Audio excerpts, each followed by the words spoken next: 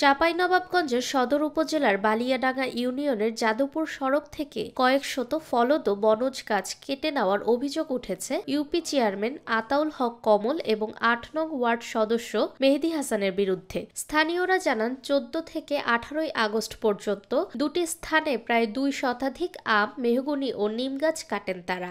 কালকে যতগুলো মোটা মোটা বড় ডাল কাটা হয়েছে ওইগুলো আপনার টল করে মেহেদী মেম্বার বললো এগুলো কাউন্সিলে জমা দেওয়া লাগবে।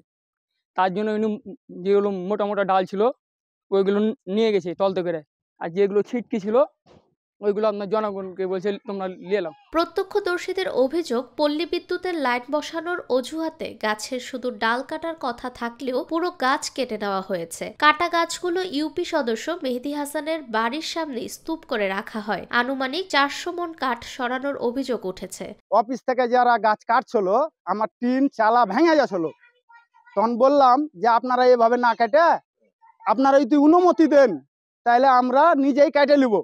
তখন অফিসের লোক অনুমতি দিল যে আপনারা কেটেলেন আপনার এর মতন করে। আমাদের বিদ্যুৎ ৩৩,০০০ ভোল্টের লাইন যাবে, আপনাদের বাসার ক্ষতি হতে পারে, এই জন্য আপনারা যতদূর পারেন কেটে নিন।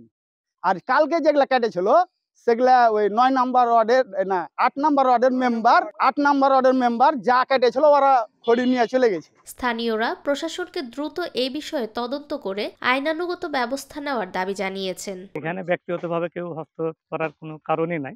চেয়ারম্যান মহোদয় বলেছে বলে আমি আসছি। যেমন এই মেম্বারকে আমি জিজ্ঞাসা করলাম, ভাই আপনি এই গাছগুলো কাটতে বলেছেন? হ্যাঁ, কারেন্টের লোক যেটুকু প্রয়োজন আছে সেগুলো কাটবে, মেয়েদের অসুবিধা নেই, তুমি দেখে শুনেই করো। আচ্ছা ঠিক আছে।